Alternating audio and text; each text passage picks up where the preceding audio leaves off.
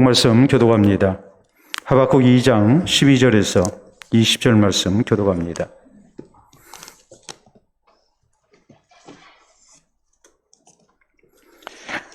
하박국 2장 12절에서 마지막 20절 말씀 교독합니다. 피로 성읍을 건설하며 불의로 성을 건축하는 자에게 화 있을진저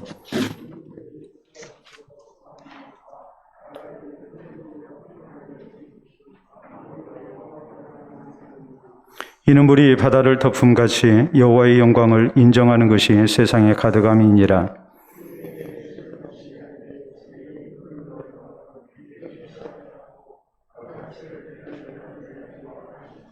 내게 영광이 아니요 수치가 가득한즉 너도 마시고 너희 할례 받지 아니한 것을 드러내라. 여호와의 오른손 의자니 내게로 돌아올 것이라. 더러운 욕이 내 영광을 가리리라.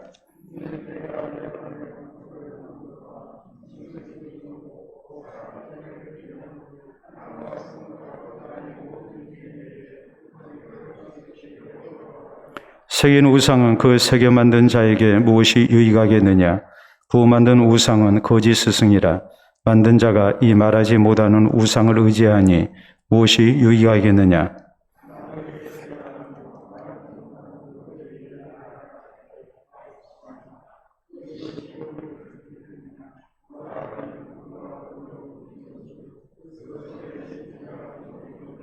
오직 여호와는 그 성전에 계시니 온 땅은 그 앞에서 잠잠할지니라 하시니라. 아멘. 기도 말씀 받도록 합니다. 하나님 아버지 감사합니다. 오늘도 우리로 하여금 살아계신 주님 앞에 나와 경배드리며 또 주님의 말씀을 받을 수 있도록 도우시니 감사합니다. 허락하신 말씀을 통하여 우리가 하나님의 뜻을 분별하며 하나님의 뜻을 아는 것으로 체험을 입게 하여 주시고 또 하나님 기뻐하신 길로 걸어갈 힘을 얻도록 인도해 주시옵기를 원합니다. 더욱더 하나님의 말씀 가운데 우리가 주님 앞에 합당한 삶을 살게 하시고 또 주님께서 기뻐하시고 사랑하시는 주의 성도들로 살아갈 수 있도록 인도하여 주시옵소서. 예수님 이름으로 기도하옵나이다. 아멘. 오늘 하박국 강의 네 번째 시간입니다.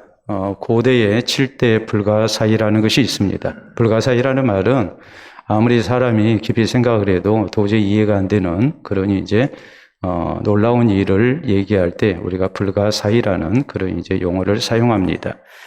대체적으로 기적에 가까울 정도의 인공 구조물이나 또 자연 경관 이런 것을 얘기할 때에 이렇게 7대 불가사의라고 이렇게 얘기를 하죠. 대체적으로 인공적인 건축물을 얘기할 때에 그럴 때에 7대 불가사의에 이렇게 포함을 시킵니다. 주전 2세기경에 그리스에 이 필로라는 수학자가 있었는데 필로 혹은 필론이라고 얘기를 하죠. 근데 이 사람이 7가지 불가사의를 이렇게 정의했습니다. 우리가 좀 참고로 이렇게 생각하면 좋겠습니다.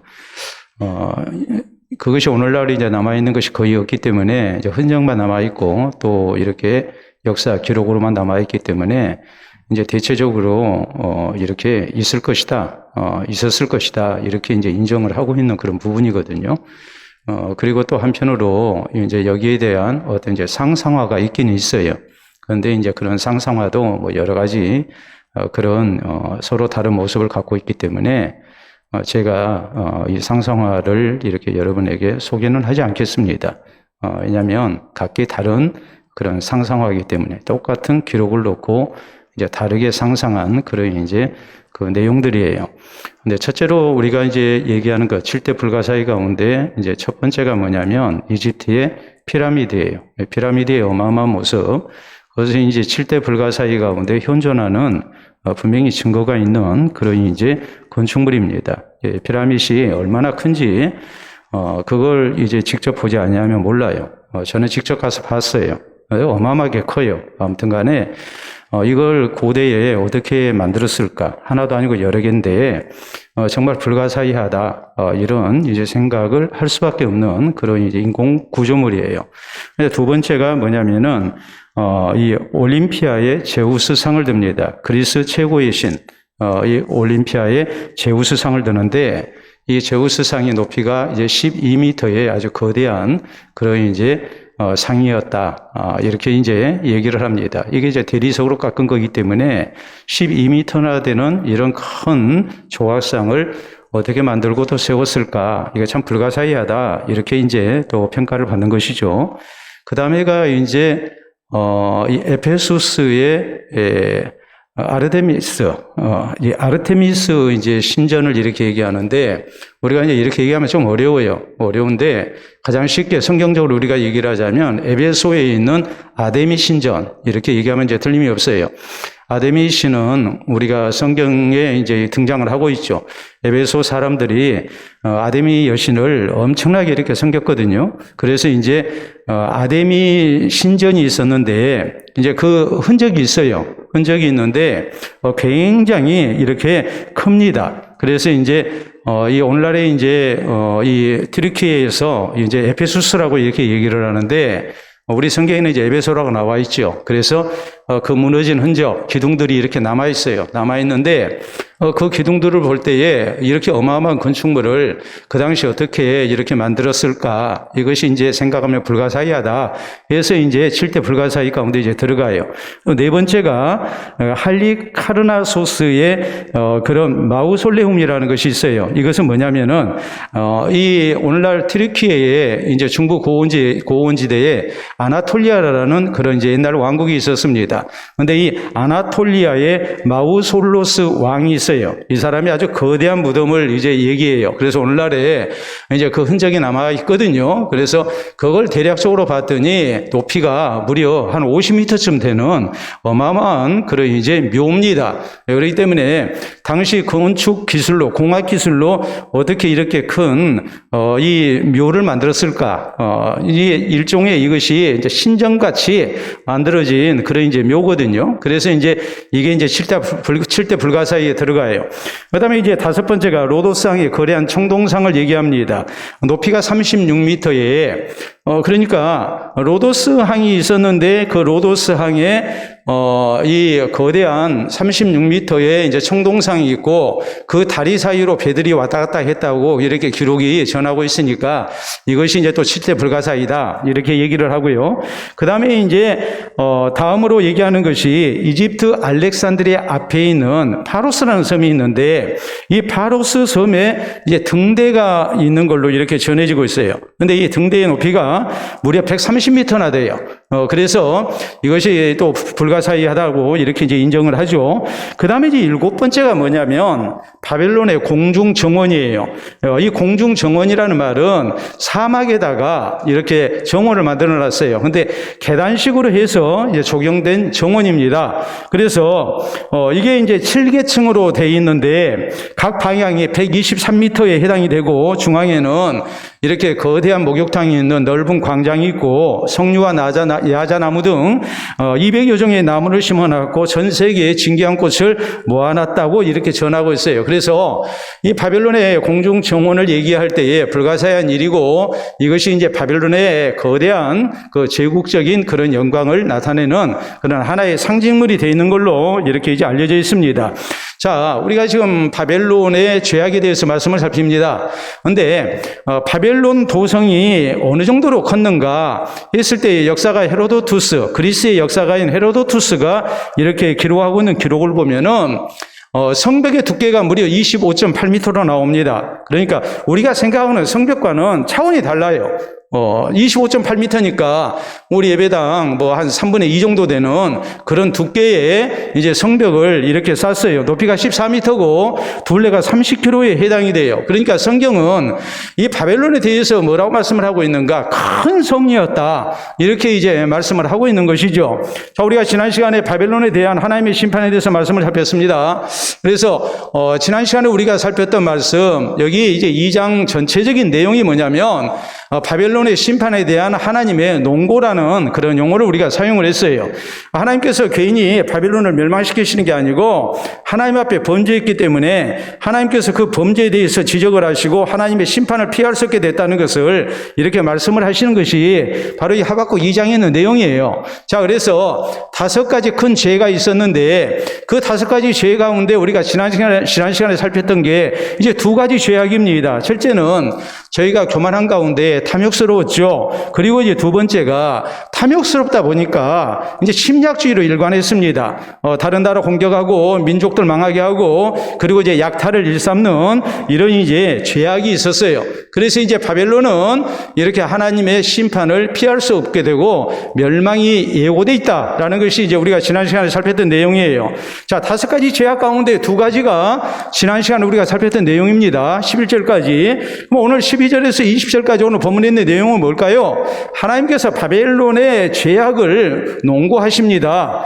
그런데 그 농고 가운데에 이제 3번째, 4번째, 5번째 죄악, 이것이 이제 오늘 성경 말씀 20절까지의 내용이에요. 자, 이 바벨론의 죄악, 우리가 이것을 생각하면 우리가 무엇을 생각해야 하냐면, 자, 바벨론의 규모랄지 국력이랄지 이런 거 생각하면, 그리고 고대 7대 불가사의 가운데 하나인 바벨론의 정원을 생각하면, 공중정원을 생각하면 바벨론이라는 나라는 절대 망할 수가 없는 나라예요. 그런데 이런 바벨론이 이제 무너지게 됩니다. 근데 그 무너지게 된 것은 뭐 국력이 쇠약해져서 무너지고 한 것이 절대 아니라는 거죠. 성경은 말씀하시기를 하나님 앞에 범죄했기 때문에 우리의 모든 생사화복을 주장하신 하나님, 나라와 민족의 흥망성쇠를 주장하신 하나님께서 이 바벨론을 심판하시고 멸망시키신 것이다. 성경은 이렇게 말씀을 하고 있단 말이에요. 그렇기 때문에 오늘 우리가 하나님을 섬기며 신앙으로 살 때에 이런 바벨론과 같은 죄악이 우리에게 있지 않도록 해야 해요. 왜냐하면 그래야만이 하나님이 사랑하시는 성도가 될 수 있고 교회가 될 수 있기 때문에 그러는 거예요. 또 민족과 나라가 될 수 있기 때문에 그러는 거예요. 그렇기 때문에 오늘 바벨론의 이 3번째, 4번째, 5번째 죄악, 이것이 무엇이었을까? 이것을 통해서 우리 자신을 다시 한번 비춰보고 우리가 하나님 앞에 이런 범죄가 있지 않도록 우리가 늘 근신하고 조심하는 가운데 사는 그런 성도 되기를 우리가 힘써야 합니다. 자, 그래서 먼저 오늘 성경 말씀은 이제 바벨론의 이런 3번째 죄악이 뭐였는가? 그것은 다름이 아니라 강압정치, 강포와 폭정을 일삼는 죄악이었다라고 이렇게 말씀을 합니다. 자, 12절 이하부터 말씀 보도록 합니다. 피로 성읍을 건설하며 불의로 성을 건축하는 자에게 화 있을진저. 피로 성읍을 건설했다는 것이 무엇을 얘기합니까? 많은 사람들을 못 살게 굴었다는 거죠. 불의로 성을 건축했습니다. 13절 민족들이 불탈 것으로 수고하는 것과 나라들이 헛된 일로 피곤하게 되는 것이 만군의 여호와께로 말미암음이 아니냐. 이는 물이 바다를 덮음같이 여호와의 영광을 인정하는 것이 세상에 가득함이니라 라고 말씀을 합니다. 자, 바벨론이라는 나라가 여러 민족을 이렇게 이제 공격하고 정복하고 약탈하고 또 많은 노예들을 끌어왔습니다. 그래서 이런 백성들을 억압하는 가운데 그 노동을 착취해서 이제 성읍을 건설했습니다. 근데 이것은 결국 하나님의 심판으로 무너지게 돼 있다는 말이고, 이것을 통해서 하나님의 위대하심이 인정받고 드러나게 된다는 것을 이제 하나님께서 14절까지 말씀을 하고 계시는 거예요. 자, 바벨론이 이런 거대한 성읍을 건설한 목적이 어디 있었는가? 이 큰 성을 건설한 목적이 어디 있었는가? 먼저는 방어용 목적으로 이제 성읍을 건설했겠죠. 왜 성읍을 건설했겠습니까? 적들이 감히 넘보지 못하도록 견고한 성읍을 건설하고 이제 나라가 이렇게 든든한 반석 위에 세워지도록 하기 위해서 성읍을 건설을 했겠죠. 두 번째는 왜 성읍을 건설했느냐? 교만한 가운데 자기들의 영광을 나타내기 위해서 이런 이제 거대한 성읍을 이렇게 이제 건축을 한 거예요. 우리가 다니엘서 4장에 보면은 바벨론의 느부갓네살 왕이 바벨론 성을 바라보면서 이제 만족해하는 대목이 나옵니다. 이 거대한 성읍을 내가 건축했다. 내 위엄과 내 영광을 나타낸다 하면서 이렇게 교만해하죠. 그러니까 하나님께서 이 느부갓네살 왕에 대한 이제 징벌을 이렇게 나타내십니다. 그래서 다니엘이 느부갓네살 왕에게 하나님께서 나타내신 계시가 무슨 뜻인지 그것을 이제 설명을 해줘요. 그러면서 다니엘이 이렇게 말을 해요. 왕이시여, 이제 공의를 시행하십시오. 가난한 자를 긍휼히 여기십시오. 그래서 죄악을 사하소서 그랬어요. 그러면 왕의 평안함이 장구할 것입니다. 그랬거든요. 단순히 이렇게 거대한 성읍을 건축하고 그 성읍을 보면서 그냥 교만해한 죄악만은 아니었어요. 그 거대한 성읍을 건축하기까지 많은 폭정을 이렇게 행했다는 것이죠.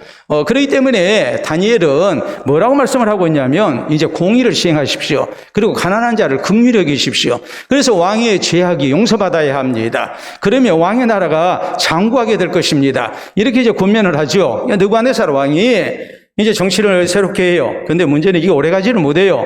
성경은 말씀하시기를 12달 후에 느부갓네살 왕이 여전히 옛날 모습으로 다시 돌아가고 맙니다. 그래서 교만해합니다. 자랑합니다. 그러다 하나님의 징벌을 당해가지고 이제 결국 어떤 문제가 생깁니까? 7년 동안 이렇게 정신병자가 돼가지고 짐승처럼 광야에서 들에서 이렇게 사는 비참한 처지가 되고 말죠. 7년이 지나고 난 다음에 그가 이제 다시 정신이 돌아왔습니다. 온전한 사람이 됩니다. 그리고서 느부갓네살 왕이 했던 말은 다니엘이 하나님을 찬송하라 하는 거였거든요. 정말 세상 가운데서 하나님만 높임을 받아야 한다. 내가 인간으로서 내가 교만함을 가지고 있었다 하고서 이제 자기의 죄를 회개하면서 이렇게 하나님을 높이는 그런 이제 고백을 이렇게 하게 됩니다. 자, 그렇기 때문에 이 바벨론의 죄악은 뭐였는가 했을 때에 하나님께서 주신 그런 기회 또 권세를 가지고 백성들을 억압하는 정치를 한 거예요. 그렇기 때문에 여기에 대해서 하나님께서 그 죄악을 지금 말씀을 하고 있는 거예요. 피로 성읍을 건축했습니다. 백성들을 압제하는 가운데 이제 백성들을 섬기는 정치를 한 것이 아니라 오히려 그 반대되는 정치를 한 거예요. 그래서 여기에 대해서 하나님께서 이제 심판을 하시겠다고 이렇게 말씀을 하시는 거예요.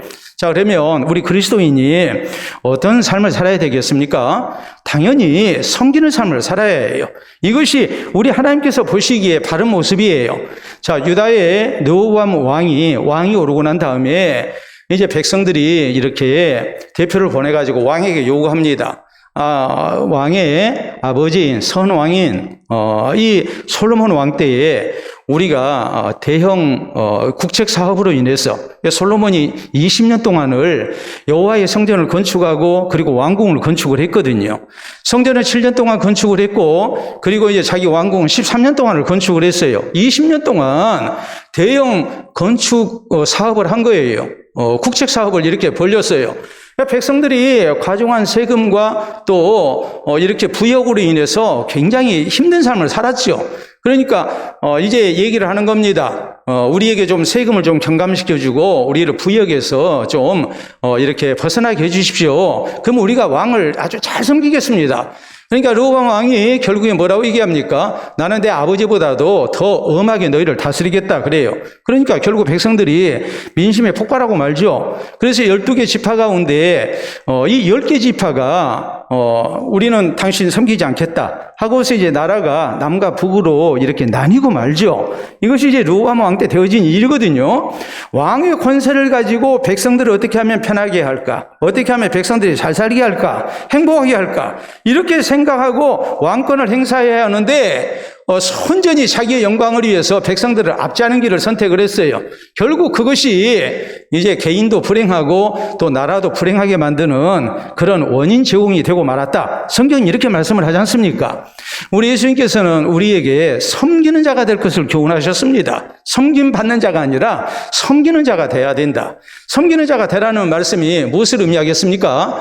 우리가 내 유익보다도 다른 사람의 유익을 더 소중히 여기고 그리스도인으로서 우리가 내가 좀 희생되더라도 다른 사람을 복되게 하는 그런 삶을 사는 것이 우리 성도의 마땅한 삶의 모습이다. 이런 삶을 하나님이 사랑하시고 그 천국에서 큰 자가 되게 하신다. 이렇게 교훈하시지 않습니까?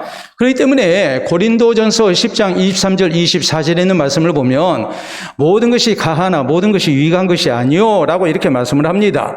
우리가 우리의 자유를 가지고 내 마음대로 할 수 있는 부분이 있지만 그런다 할지라도 그 모든 것이 다 좋은 건 아니다.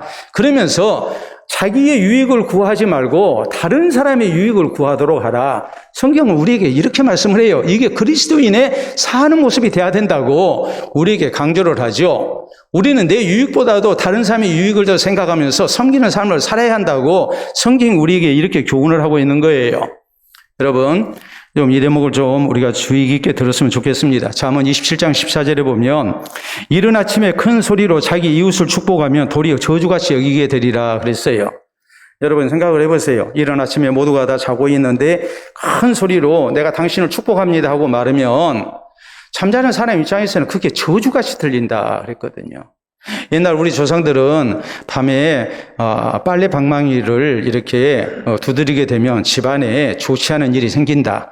또 뭐 밤에 휘파람을 불면 도둑이 찾아온다. 이런 식으로 해서 다른 사람의 안면을 이렇게 방해하는 일이 크게 공동체 생활을 하는데 해서는 안 되는 이런 금기사항인 것을 이렇게 교훈을 했습니다. 다른 사람 힘들게 하고 불편하게 해서는 안 된다는 말이에요. 그것을 이제 밤에 이 빨래를 이렇게 방망이질을 한달지 혹은 밤에 휘파람을 분달지 그러면은 안 좋은 일이 생긴다고 이렇게 경고를 하고 있는 거예요. 여러분, 우리가 어떤 경우 그런 경우를 우리가 볼 수 있습니다. 뭐 지금은 이제 그런 문화가 사라졌어요. 교회가 옛날에는 이제 예배 시작 30분 전에 이렇게 준비종이라 해서 제종이라 해서 이제 종을 치고 또 이제 예배 시간이 되면 또 종을 치고 그랬습니다. 그때는 그 종소리가 정겨웠고 또 뭐 했겠습니까? 시계가 없는 입장에서는 그것이 또 한편으로 필요한 부분이었어요. 저 어려서요, 정오가 되면 12시가 되면 광주 소방서 지금 옛날 그 동광주 저 동부경찰서 있는 그쪽에 광주 소방서가 있는데 거기 아주 높은 망대가 있었습니다. 그 망대에서 12시가 되면 사이렌을 불었거든요. 그 사이렌을 부는 것은 지금 정오다라는 뜻이에요. 시계가 없으니까 그 당시에는 그렇게 시간을 알려줬어요. 그런데 오늘날 만약에 사이렌을 12시에 분달지 혹은 이 교회가 이렇게 종이나 아니면 차인배를 울린다면 좋아할 사람 하나 없어요. 그것이 다 뭐가 돼 있습니까? 그것이 이웃에게 피해가 되는 대목이 됐단 말이에요. 근데 어떤 분들 보면은 우리가 간혹 가다가 그런 경우를 봐요. 새벽 같은 시간에 우리가 새벽 예배 이렇게 오가면서 보면 연세 드신 분들 가운데 스마트폰에 그 음악을 그러니까 뭐 트로트죠. 이런 것을 크게 틀어가지고 그러면서 이제 전대에 이렇게 산책하고 이렇게 오십니다.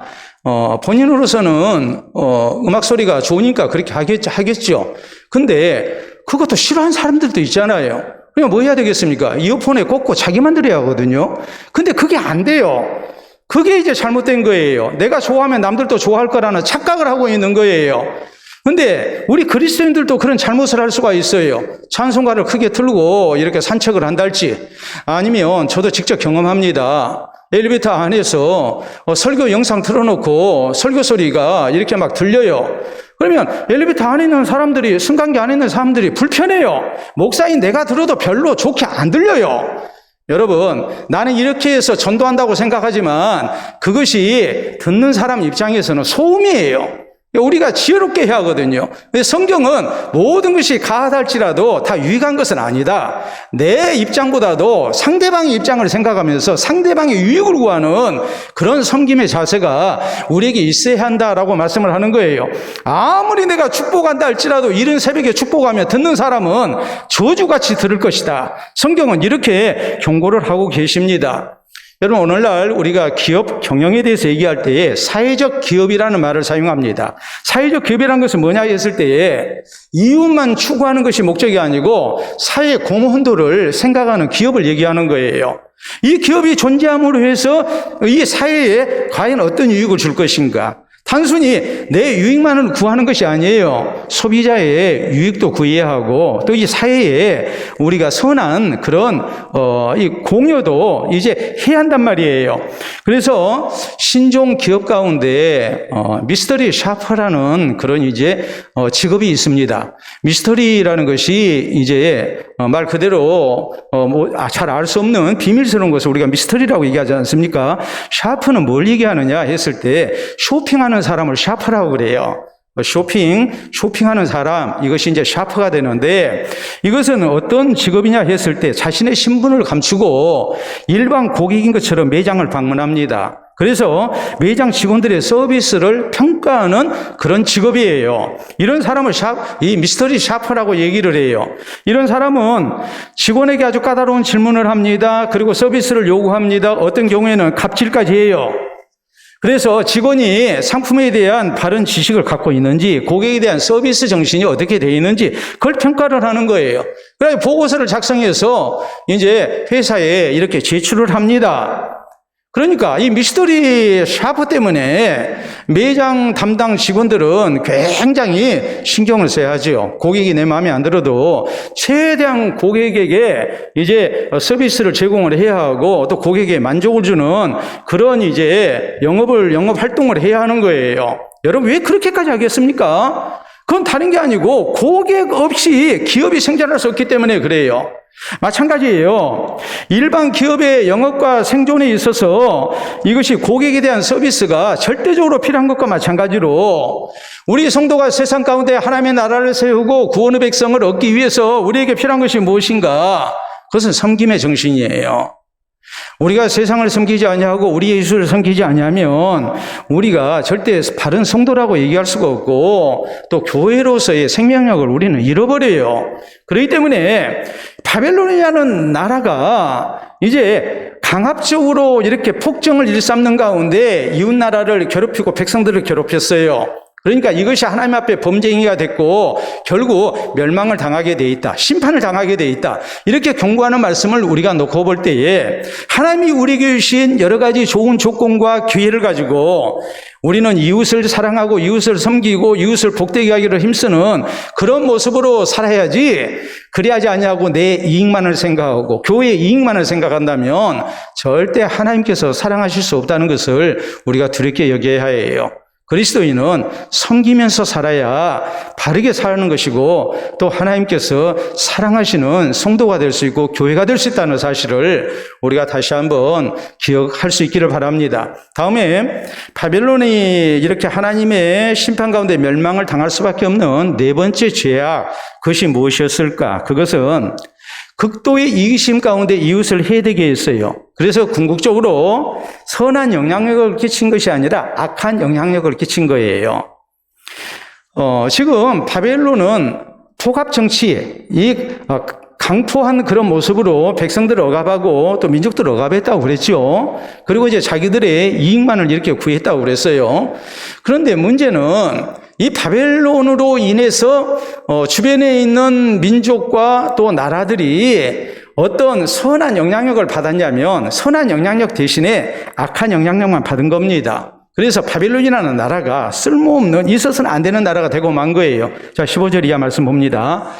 이웃에게 술을 마시게 하되 자기의 분노를 다하여 그에게 취하게 하고 그 하체를 드러내려 하는 자에게 와 있을진지어 술을 억지로 먹이고 술을 먹지 아니하면 이제 분노를 더해가지고 이제 상대를 이렇게 해대게 한 겁니다. 또 그 하체를 드러내려 했다고 이렇게 말씀을 하고 있어요. 그것은 바벨론이 얼마나 이웃에게 악하게 했는가.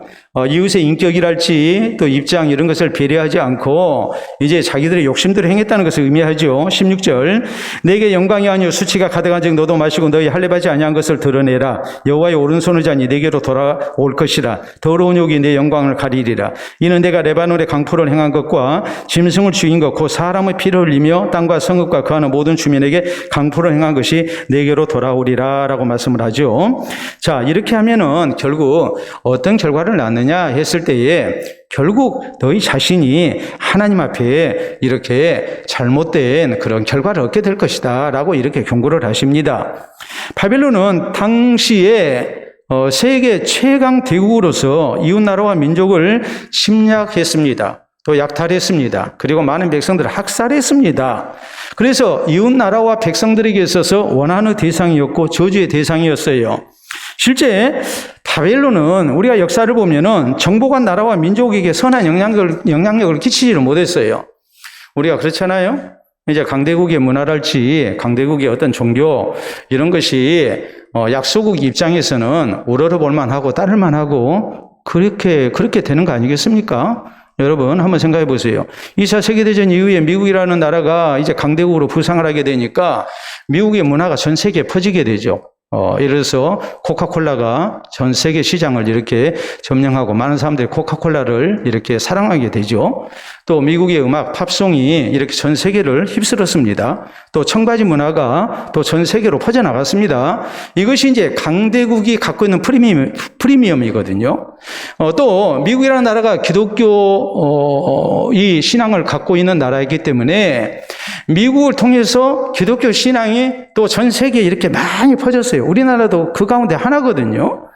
그런 식으로 해서 강대국은 강대국이기 때문에 이제 상당히 이렇게 많은 영향을 이제 주변에 끼치게 되어 있는 거예요. 그러면 우리가 역사를 놓고 볼 때, 알렉산드로스의 헬라 제국은 어떻게 했는가? 우리가 역사적 평가를 그렇게 합니다. 헬라 제국은 동서양의 문화가 서로 합해지게 해서 헬레니즘 문화라는 독특한 문화를 만들었어요. 그런가 하면 로마는 로마 제국을 건설하고 난 다음에 어떤 영향력을 끼쳤는가? 로마의 법 질서를 이렇게 로마 제국 내에 이렇게 씨앗을 뿌렸습니다. 그리고 로마의 건축 문화가 또 로마 제국 내에 여러 민족 도시에 이렇게 전파가 됐어요. 그래서 굉장히 문화적으로 이런 선한 영향력을 끼친 거예요. 근데 바벨론은 그런 것이 없었어요. 바벨론의 문화라는 것은 문화랄 것도 없었어요. 굉장히 강포한 문화였고, 그리고 또 이렇게 쾌락주의적인 그런 문화였고 해서 이웃 나라와 민족들에게 선한 영향력을 전혀 끼치지 못한 그런 나라였단 말이에요. 그렇기 때문에 결국은 이런 나라 필요가 없죠. 그래서 이제 하나님의 심판을 당할 수밖에 없다. 하나님께서 이렇게 말씀을 하시는 거예요. 이웃에게 도움은 되지 않고 오히려 이웃 나라와 민족을 해되게 하는 그런 악한 영향력을 끼치는 나라였기 때문에 여러분 생각해 보세요. 오늘 성경 말씀에 나온 대로 술을 억지로 먹이게 하고, 그리고 말 안 들으면 이제 또 분노를 더하고 또 하치를 드러내게 하고, 이런 식으로 이웃 민족을 괴롭혔단 말이에요. 그러면 그런 나라가, 이런 악한 영향력을 행사하는 나라가 하나님 보시기에 합당한 나라겠습니까? 그렇기 때문에 결국은 몰락을 할 수밖에 없었고 이렇게 심판 가운데 멸망을 당할 수밖에 없는 것이죠. 이 죄악을 지적을 하고 있는 거예요. 여러분, 그렇다면 우리 그리스도인은 어떻게 살아야 할까? 어떻게 살아야 하나님께서 사랑하시고 또 귀히 쓰실까? 그것은 선한 영향력이에요. 선한 영향력을 끼치는 그리스도인이 돼야 되고 교회가 돼야 돼요. 여러분, 요셉이라는 사람이 우리가 지난주에 말씀을 들은 대로 생명의 구원자가 됩니다. 요셉이라는 하나님의 사람을 통해서 주변에 있는 사람들이 사는 거예요. 다니엘이 이렇게 정치인으로서 이제 하나님의 영광을 드러내고, 그리고 다니엘이 이렇게 총리로서 재직하는 동안에 또 나라를 살리는 사람으로, 많은 사람을 복되게 하는 사람으로 이렇게 쓰임을 받죠. 우리 예수님께서는 우리가 세상 가운데 어떻게 살아라고 말씀하셨습니까? 너희는 세상의 소금이고 세상의 빛이다 그랬거든요. 착한 행실을 통하여 하늘에 계신 아버지께 영광을 돌리도록 해라. 이 말은 다른 말로 말하자면 우리가 주변에 있는 사람들에게 선한 영향력을 끼쳐한다는 말이에요. 그러니까 그리스도인은 적어도 세상 가운데서 살 때 바른 시민이 돼야 되고 모범적인 시민이 돼야 돼요. 우리가 법 질서를 지키는 문제나 혹은 세금을 내는 문제나 이런 모든 것에 그리스도인은 바르게 살아야 하고, 그래서 선한 영향력을 끼쳐한단 말이에요. 우리 대한민국 교회를 우리가 생각할 때에 초창기에는 복음만 전하지 않았습니다. 의료 선교를 많이 했어요. 또 뭘 많이 했느냐? 교육 선교를 많이 했어요. 학교 많이 세웠죠. 우리가 잘 아는 대로 잘못된 인습을 타파하는데 교회가 앞장섰습니다. 6.25 한국전쟁으로 인해서 많은 전쟁 고아가 생기고 또 이렇게 전 국도가 피폐해진 그런 상황에서 살기 힘들 때 선교사들을 통해서 이제 이 땅에 많은 원조물자가 들어왔고, 그리고 교회를 통해서 그것이 이제 가난한 백성들에게 분배가 됐고, 또 고아원이 이렇게 세워져 가지고 전쟁 고아들을 돌보고 그랬거든요. 그렇기 때문에 교회가 앞장서서 미신을 타파하고 이런 일을 또 많이 했기 때문에 적어도 교인들은 애국하는 사람들이고 민족을 사랑하는 애족하는 사람들이다, 그렇게 인정을 받았어요. 민족을 계몽하고 나라를 독립시키고 나라를 세워나가는데 교회는 그리스도인들은 꼭 필요하다라고 그렇게 인정을 받았어요. 선한 영향력을 끼친 거예요. 그러면서 기독교 복음이 더 널리 퍼졌어요. 오늘날에는 우리가 사회로부터 그렇게 인정을 받고 있느냐? 이렇게 인정을 못 받지요. 그리스도인들이 이기적이다. 그리스도인들이 의롭지 않다. 여러분, 교회를 새로 개척한다 할지 혹은 교회당을 건축한다고 그러면 지역 주민들이 막 반대합니다. 우리가 잘 아는 대로 쓰레기 소각장이나 혹은 화장장을 짓는다고 그러면 이게 혐오시설이 돼가지고 막 지역 주민들이 막 반대하죠. 그렇지 않습니까? 근데 교회도 혐오시설이 됐어요. 교회당을 건축한다면 주민들이 반대해요. 이게 쓰레기 소각장을 반대하는 거나 화장장을 반대하는 거나 조금도 다르지 않아요. 교회가 선한 영향력을 상실했기 때문에 그래요. 교회가 있음으로 해서 지역 주민들에게 돌아가는 복이 없어요. 교회가 있음으로 해서 그 지역사회가 좋아지고 밝아지고 하는 것이 없어요. 그러니까 결사 반대를 하는 거예요. 그리고 얘기하죠. 교회가 들어서면 집값이 떨어진다. 얼마나 서글픈 현실입니까? 그 원인이 무엇일까? 그것은 그리스도인들의 교회가 선한 영향력을 끼치지 않고 있기 때문에 그러는 거예요. 그리스도인들이 이 지역의 삶으로 해서 장사를 해도 정직하게 하고 또 세금도 잘 내고 교회가 있음으로 해서 지역 주민들에게 뭔가 좀 편의가 제공되고 이렇게 긍정적인 어떤 유익이 있어야 되는데 교회가 있으면 골치가 아파요. 싫어요. 이런 것이 많은 사람들에게 각인이 돼가지고 유행처럼 교회에 대해서 맹목적인 반대를 하는 경우도 상당히 많다는 것을 우리가 부인 못합니다. 바벨론이라는 나라가 다른 나라, 다른 민족에게 선한 영향력을 전혀 끼치지를 못했어요. 실제 역사적으로 그랬어요. 여러분, 대제국이 건설됐을 때는 아무래도 긍정적인 면이 있고 부정적인 면이 있어요. 긍정적인 면이 더 많으냐, 부정적인 면이 더 많으냐, 그것은 이제 당시의 여러 가지 평가를 통해서 우리가 이렇게 얘기를 할 수가 있죠. 부정적인 면보다도 긍정적인 면이 많으면 좋은 나라였다고 얘기를 할 겁니다. 또 부정적인 면이 많다 할지라도 또 긍정적인 면이 일부 있다면 무조건 다 나쁘다고 그렇게 반대는 안 할 거예요. 그런데 오늘 그리스도인이 주변에 있는 사람들에게 선한 영향력을 끼치고 있는가? 교회가 조금이라도 지역 주민들에게 선한 영향력을 끼치고 있는가? 대한민국 교회가 이 나라 이 민족에게 어떤 선한 영향력을 끼치고 있는가 했을 때에 거기에 대해서 무슨 선한 영향력을 끼치는지 우리가 말하기가 곤란하다, 어렵다라고 이렇게 평가를 받는다면 상당히 잘못하고 있는 것이죠.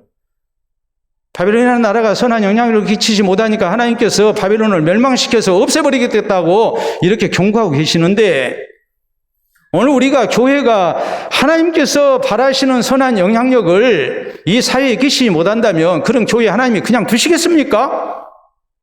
하나님 영광 가리고 지역 주민들 힘들게 한다면 하나님께서는 그런 교회 없애버리시죠. 이것이 얼마나 두려운 일입니까? 오늘 우리에게 이런 일이 있지 않도록 해야 해요. 적어도 그 교회가 바른 교회인지 아닌지 지역 주민들이 냉정하게 판단해서 하는 이야기가 저 교회에 있으니까 우리가 참 좋다, 그런 말이 나오도록 해야 해요. 선한 영향력을 끼쳐야 해요. 이것이 교회만의 문제는 아니에요. 나라는 사람이 그리스도인으로서 내 주변에 있는 사람들에게 선한 영향력을 끼쳐야 해요. 지역사회에서 혹은 나를 아는 사람들에게 혹은 일터에서 우리가 선한 영향력을 끼치는 그리스도인으로 살아야 해요. 그래야 하나님께서 사랑하시고 또 하나님께서 더 복 주시고 귀하게 쓰시는 은혜가 있음을 우리가 잊지 말기를 바랍니다. 세 번째, 바벨론의 심판과 멸망의 원인은 무엇이었을까요? 바로 우상숭배였습니다. 이것이 다섯 번째 죄악이에요. 자, 여기 18절 이하 말씀입니다. 새긴 우상은 그 새겨 만든 자에게 무엇이 유익하겠느냐? 부어 만든 우상은 거짓 스승이라. 만든 자가 이 말하지 못하는 우상을 의지하니 무엇이 유익하겠느냐? 나무에게 깨라 하며 말하지 못하는 돌에게 일어나라 하는 자에게 화 있을진저 그것이 교훈을 베풀겠느냐? 보라, 이는 금과 은으로 입힌 것인저 그 속에는 생기가 도무지 없느니라. 바벨론에는 많은 우상이 있었습니다. 나무를 깎아서 우상을 만들고 거기다 금이나 은을 입혔고, 돌을 깎아서 또 우상을 만들고 그것을 신이라고 하면서 이렇게 섬기는 그런 죄악이 있었습니다. 근데 하나님께서 뭐라고 말씀을 하십니까? 마지막 20절에 오직 여호와는 그 성전에 계시니 온 땅은 그 앞에서 잠잠할지니라 하시니라. 오직 하나님만이 참 신이시다라고 이렇게 말씀을 하고 계세요. 바벨론의 죄악, 그건 다른 게 아닙니다. 바벨론은 우상 숭배로 세워진 나라였어요. 그리고 우상을 열심으로 숭배를 했어요. 하나님 말씀하십니다. 오직 여호와는 그 성전에 계신다. 원문의 뜻대로 하자면 하늘의 성전이에요. 이 말의 의미는 하나님은 하늘에 계셔서 이 땅을 다 살피고 다스리시는 하나님이라는 말이에요. 하나님만이 참 신이 되신다는 말이에요. 온 땅에 참 신이 되시는 하나님을 섬기는 대신에 우상을 숭배한 죄악 때문에 바빌론은 하나님의 심판을 당하게 돼 있다고 하나님께서 농고를 하십니다. 여러분, 우리 그리스도인이 오직 하나님만을 우리가 섬겨야 해요. 하나님 말고 다른 것을 하나님처럼 섬기면 안 돼요. 하나님께서 이스라엘 백성들 애굽에서 구원해 내실 때에 10가지 재앙을 통해서 바로를 굴복시키십니다. 그리고 이스라엘을 구원하셨습니다. 우리가 이런 생각을 합니다. 바로가 완강하게 저항하니까 하나님께서 10번이나 재앙을 내리셨다. 그렇게 생각할 대목이 아니에요. 하나님께서 내리신 10가지 재앙은 하나같이 애굽의 우상을 향한 심판이었어요. 애굽의 우상에 대한 하나님의 심판이었단 말이에요. 애굽의 우상과 관련된 심판이에요. 모두가 다.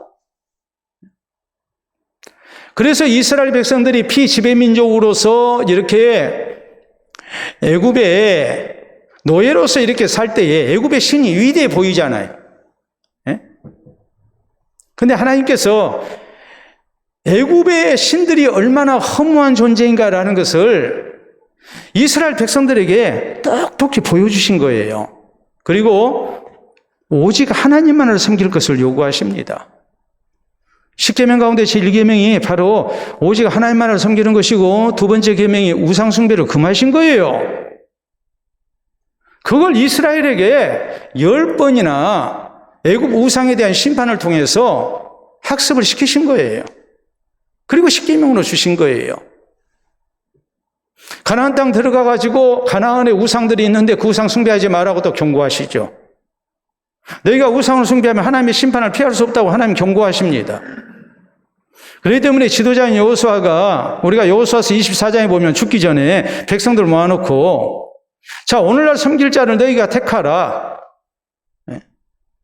우상이 너희 하나님이면 우상을 숭배하고, 이스라엘의 하나님이 하나님이면 이 하나님만을 섬기도록 해라. 오직 나와 내 집은 여호와만 섬기겠다고 이렇게 아름다운 신앙 고백을 하고 백성들을 독려하죠. 그러니까 백성들이 뭐라고 대답합니까? 우리도 여호와만 섬기겠습니다. 그러잖아요. 우리가 섬기는 경배의 대상을 우리는 하나님이라고 합니다. 로마 가톨릭 천주교에서는 하느님이라고 그래요. 하느님은 하늘에 있는 신이고, 하나님은 오직 유일하신 하나님 한 분을 말하는 거거든요. 하나님만을 섬겨야 한다. 로마 시대 그 박해기한 동안 성도들은 예수 그리스도를 향해서, 또 하나님을 향해서 주님이라고 불렀습니다. 주라는 말은 퀴리오스라는 말이에요. 근데 퀴리오스라는 말은 누구에게 사용되냐면 로마 황제에게 사용된 용어예요. 그런데 그리스도인들은 로마 황제에게 퀴리오스를 하지 않고 하나님을 향해서 퀴리오스라고 그랬어요. 그러니까 황제를 숭배하라고 강요를 했고 그것을 거절하다가 많은 성도들이 순교의 제물이 됐습니다. 오직 하나님만 섬겼어요. 오늘 우리의 형편을 보세요. 우리가 불상을 놓고 숭배하거나 어떤 우상을 숭배하지는 않습니다. 그런데 문제는 우리가 돈을 숭배하죠. 사람을 숭배하죠. 그것이 우리의 죄악이에요. 우리가 우상 숭배도 하지 말아야지만 우리 주님이 경고하신 대로 우리가 오직 하나님만을 섬기고 하나님만 의지하고 살아야 되는데 자꾸 세상 것을 하나님처럼 섬기는 거예요. 우리 주님 경고하셨잖아요. 너희가 하나님과 재물을 겸하여 섬길 수 없다. 돈을 하나님처럼 섬기는 일이 있어서는 안 된다. 우리 주님 분명히 경고하셨죠. 근데 오늘날 교회 안에서까지 돈이 하나님이 되어 있습니다. 사람이 하나님이 되어 있습니다. 이것이 JMS 2단에게 이만희 신천지에만 해당된 얘기가 아니에요. 교회 안에서 목사가 황제처럼 섬김의 대상이 되어 있는 경우도 많고요. 교회가 하나님보다, 성도들이 하나님보다도 돈을 하나님처럼 사랑하고 의지하고 사는 경우도 많고요. 하나님 없어도 돈 있으면 산다는 그런 생각을 갖고 있는 사람들도 실제적으로 많이 있단 말이에요. 그러니까 살만하면 기도도 안 하죠. 왜요? 살만하니까. 하나님 은혜가 없어도 살만해요. 돈이 하나님이 되어 있는 거예요. 이런 죄악을 갖고 있으면 하나님이 절대 사랑하실 수가 없어요. 우리가 이것을 들게 얘기해야 해요. 오직 하나님만을 바로 섬기는 신앙생활이 우리에게 있어야지 우상 숭배하는 모습이 있어서는 안 됩니다. 그 우상은 나무나 돌로 만든 우상도 우상이지만 문제는 하나님보다 더 의지하는 것도 하나님께서 경계케 하신 우상이라는 사실을 우리가 명심하고 우리의 마음이 온전히 하나님만을 섬기고 하나님만을 의지하고 사는 믿음의 자세가 바로 확립돼야 됩니다. 그럴 때 하나님께서 그 신앙을 인정하시고 또 하나님 사랑하시는 성도가 될 수 있음을 잊지 마시기를 바랍니다. 자, 이런 책이 있습니다. 여러분 책을 보시게 되면 미국 패권의 몰락이라는 책이에요.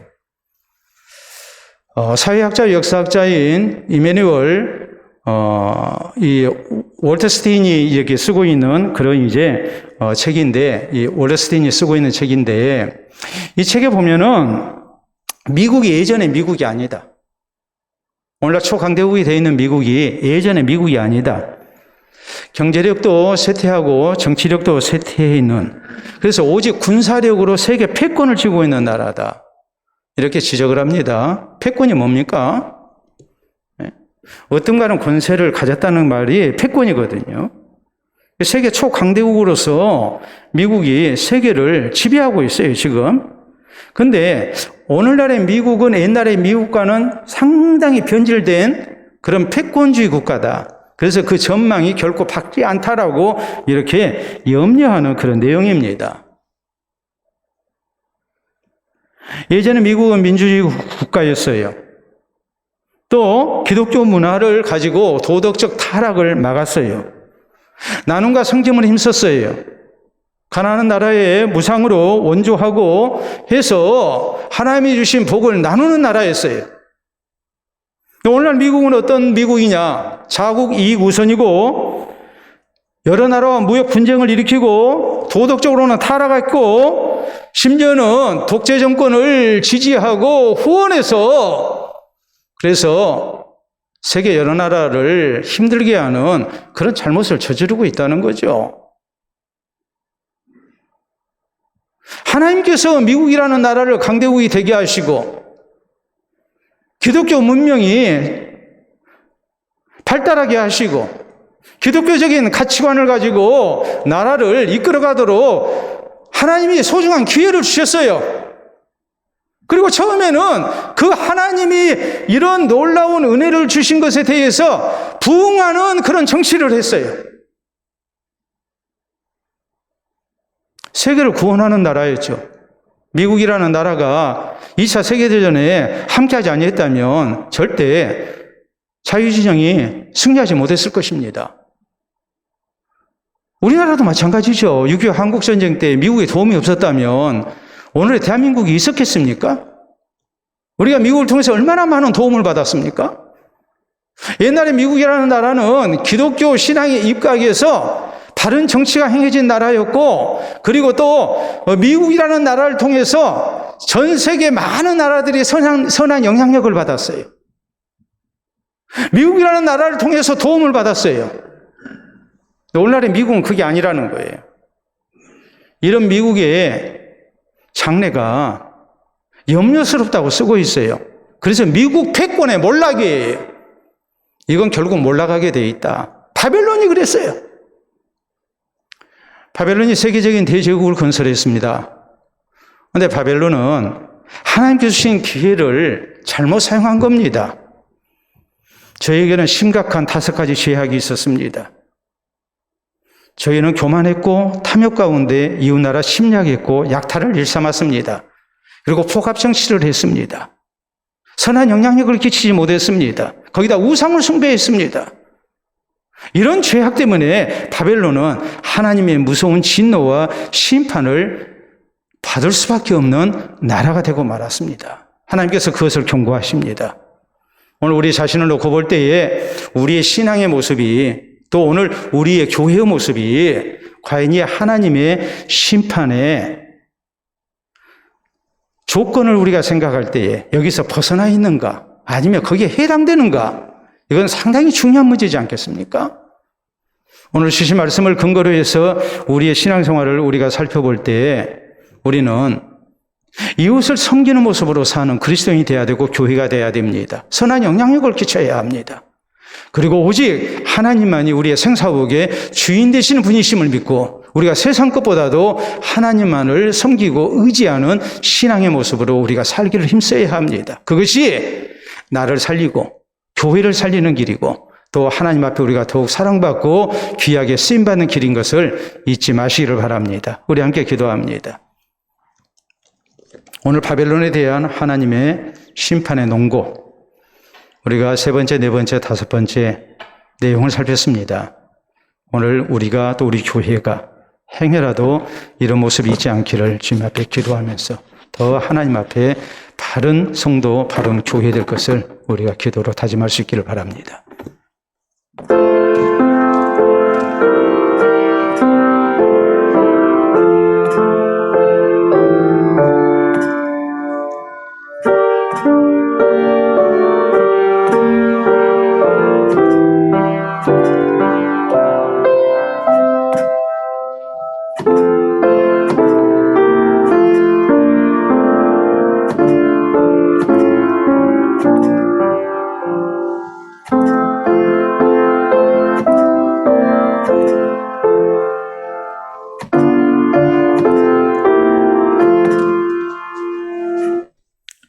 이 시간도 살아계셔서 온 세상을 창조하시고 홀로 다스리고 계시는 아버지, 은혜를 진심으로 감사합니다. 하나님의 마음에 합한 성도와 교회를 주님께서 더욱 사랑하시고 귀히 있으심을 우리에게 기억하게 하시사 주께서 바라시는 모습이 무엇인지 말씀을 통하여 깨워주신 것을 진심으로 감사합니다. 바벨론의 죄악이 우리에게 있지 않게 하여 주시옵소서. 이웃을 사랑하며 섬기는 성도로 살게 하시고 지역사회에 선한 영향력을 끼치며 또 우리 하나님의 영광을 나타내는 성도와 교회 될 수 있도록 인도하여 주시옵소서. 살아계신 하나님만을 섬기며 하나님만 의지하고 살게 하시사 혹시라도 세상 것이 하나님의 자리를 차지하는 일이 있지 않게 하시고 우리가 하나님보다 세상 것을 더욱 의지하며 우상을 숭배하는 자리에 이르지 않도록 우리를 붙들어 주시옵기를 원합니다. 그래서 이 시대에 꼭 필요한 성도 되게 하시고 교회 되게 하여 주셔서 하나님께서 더욱 사랑하시고 또 귀한 모습으로 쓰시는 아름다운 은총이 우리 모두에게 있게 하시고 우리를 통하여서 온 세상에 살아계신 하나님의 영광이 선포될 수 있도록 역사하여 주시옵소서. 예수님 이름으로 기도하옵나이다. 아멘.